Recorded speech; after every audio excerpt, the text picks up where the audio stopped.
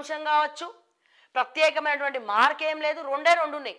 ఒకటి drugs control అన్నాడు, ఎక్కడ కూడా డ్రగ్స్ కంట్రోల్ కనపడట్లేదు. నాకు వచ్చిన ఇన్ఫర్మేషన్ డ్రగ్స్ విషయంలో మొన్న ఒక పబ్బులో రేవంత్ రెడ్డి గారి బినామీ అయినటువంటి ఫహీం ఖురేషీ పబ్బులో దొరికితే డ్రగ్స్ తీసుకుంటూ ఆయన వదిలేసినారంట. మరి ఇంకెందుకు నీకు డ్రగ్స్ కంట్రోలు? అందరినీ ఈక్వల్గా చూడండి. నేను ఏమంటున్నా, బీఆర్ఎస్ అయినా కాంగ్రెస్ అయినా బీజేపీ అయినా నీ వాళ్ళైతే నువ్వు ఎందుకు వదిలేయాలి? అందరినీ కూడా పట్టుకోవాలి కదా. సో ఇక్కడ కూడా నాకు కొంచెం ఇబ్బంది అనిపించింది రేవంత్ రెడ్డి గారి విషయంలో. ఒక్క మంచి పని ఏం చేసిండు చెప్పాలా రేవంత్ రెడ్డి గారు? ఒక్క మంచి పని చేసిండు. ట్రాన్స్జెండర్లను తీసుకొచ్చి ట్రాఫిక్ పోలీసులుగా ట్రైనింగ్ ఇచ్చింది చూసిరా, అదొక్కటే చేసిన మంచి తప్పకుండా చెప్పుకోవాలి. అదొక్కటే ఏడాది కాలంలో రేవంత్ రెడ్డి గారు చేసినటువంటి ఒక మంచి ఆనిముత్యమైనటువంటి పని. మిగతావేవి కూడా రేవంత్ రెడ్డి గారు మార్క్ ఎక్కడ కూడా కనబడతలేదు.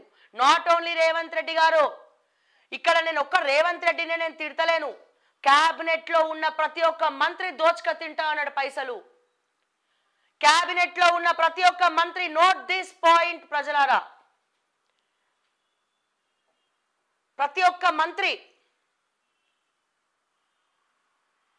ఆ మంత్రులకున్న పిఏలు వాళ్ళు ఎందుకు రాబాయి ఎప్పుడు ఫోన్ చేసినా లేపరు అని ఎంక్వైరీ చేస్తే ఒక్కొక్క ఓఎస్డి ఒక్కొక్క పిఏల చరిత్రలు అంతా వస్తూ ఉన్నాయి ఒక్కొక్కటిగా. సో ఇట్లా ప్రజలారా చాలా చాలా చాలా చాలా చాలా నాన్ సెన్స్ క్రియేట్ అవుతా ఉన్నది. చూడండి, పాత ప్రిన్సిపల్ సెక్రటరీని పెట్టుకొని ప్రభుత్వాన్ని నడిపిస్తా ఉన్నాడు శ్రీధర్ బాబుతో సహా. మేనిఫెస్టో కమిటీ చైర్మన్ గా శ్రీధర్ బాబు గుండు 0 మార్కులు వస్తాయి, ఫెయిల్.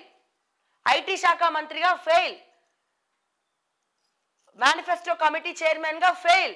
ఏం వెలగబెట్టిన మేనిఫెస్టోలో ఏం చేయలేదు, వేస్ట్, గుండు 0. చెప్తున్నా కదా, ఇక్కడ కేంద్రం నుంచి నిధులు తీసుకురావడంలో కాంగ్రెస్ ఫెయిలే. 1,00,000 కోట్లు ఇప్పటి వరకు ఆంధ్రప్రదేశ్కి పెట్టింది వీళ్ళు.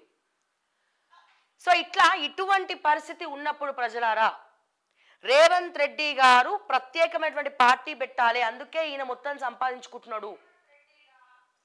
నాకేం ప్రాబ్లం లేదు, నేను సంపాదించుకుంటా, నేను పార్టీ పెడతా. కానీ ఇట్లా నాయకులు దోచుకోవడానికే వచ్చినప్పుడు, ప్రజలకు అర్థమైపోయినప్పుడు, దోచుకోవడానికి వచ్చి ప్రజలకు అర్థమైపోయినప్పుడు పార్టీ పెట్టినా ఫలితం ఏమన్నా